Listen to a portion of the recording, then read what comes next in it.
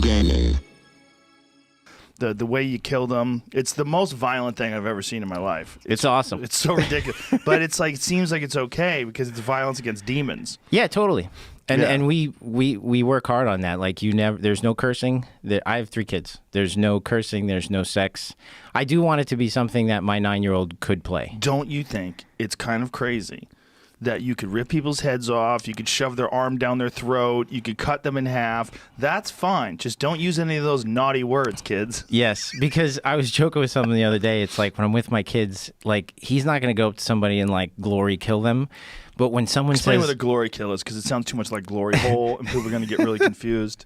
So in the game, when you damage a demon enough, they will glow with like a shader on them, and that means you can go in to do a melee finisher, basically, which is like a melee attack, and you'll get health from it. And there are these really, really cool animations. And melee, we should explain, is like with your own hands. Yes. You can rip them apart or cut them in half with a sword or a chainsaw. Yes. It's And so crazy. like when my kids see that, they're not going to do that. But when they hear someone use the F word, they're like, "Oh, I could use that in everyday life," and that sucks. It's So a very interesting rationalization. I'm not buying it, but the game is awesome.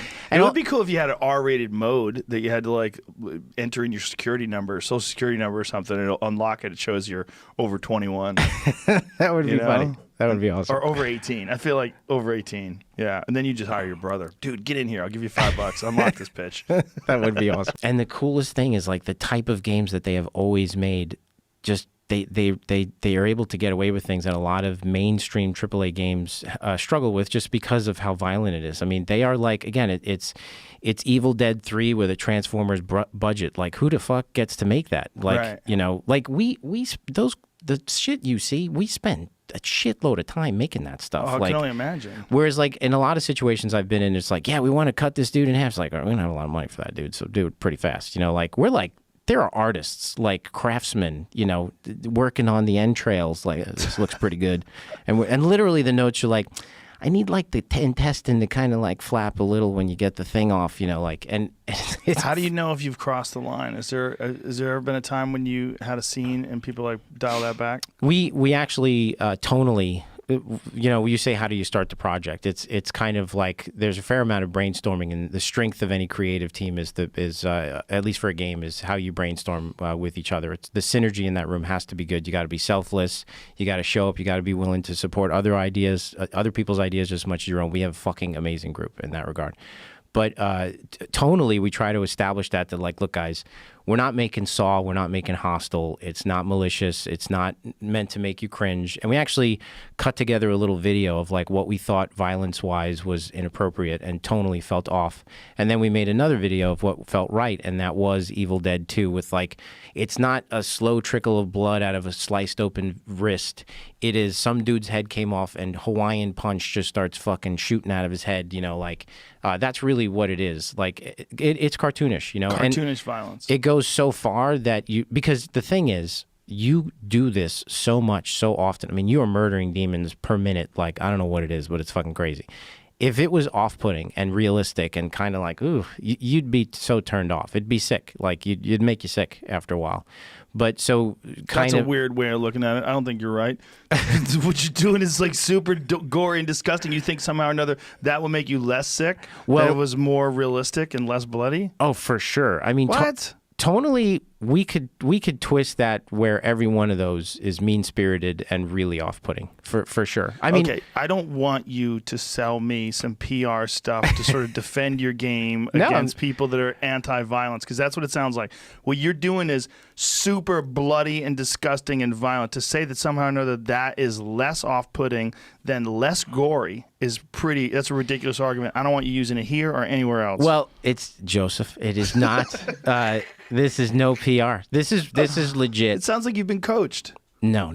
Like this is my message to the team. I mean, sincerely, like. Okay, you're coaching them. Well, because they make the content. So Right. like, think of this. All right, I like this because this is the fucking truth. So. You look at Saw, you look at torture porn, horror movies. They're cutting Achilles tendons with a fucking X-Acto knife, and the dude is screaming in pain, and he's a person. Like, this is gnarly shit. He doesn't look like he's having a good time. Like, versus on Evil Dead 2 when you lop off the head of that one grandma creature that comes up out of the basement and like fucking buckets of blood start coming out of her head. Right. It's cartoonish. So like it's critical. Zero PR spin. That is, we have to believe that because look, your design story is going to be exposed to the consumer in 2 fucking seconds. Like they can see through your bullshit in 5 seconds. If they're like, dude, you're trying to sell, no, like, so we have to have an honest, good design story that we can stand behind that is true. And that is the truth. I mean, we basically looked at like cartoons and like make it over the top. The animation. So every time, here's a perfect example. Every time you murder a cacodemon, which is those flying balls, you pull out their eyeball. What is it called? A caca? A cacodemon. A caca? What's the spell it? C-A-C cac-o. Oh, C-A-C-O. Don't you have kids? You have kids, right? I do. I have 3 kids. It's caca. You're saying caca demon. It's a poo-poo demon. Sure. So every time you pull out his eyeball, you literally hear like a, I can't do it, but sound like a funny cartoony sound, and that is absolutely intentional to take the edge off what you're doing. Because if it was more gruesome, and it's The Exorcist versus Evil Dead 2. Those are tonally 2 completely different movies. You know, House was a movie that came out in the 80s that was inspired by Evil Dead. That's like a fucking comedy. I mean, it is a comedy, and it's a horror comedy versus The Exorcist, which is fucking amazing, but really very serious, you know, and that's how we're able to do what we do. Okay, stop selling it. Stop selling the violence thing. I get it. I see what you're saying. What is this? A cacodemon? Yeah. That's a cacodemon. It's caca. That's poo poo. It looks like poop. It's like if you had a demon shit, that's what it would look like. Like, oh no, tearing you up on the way out. What is that? An original one?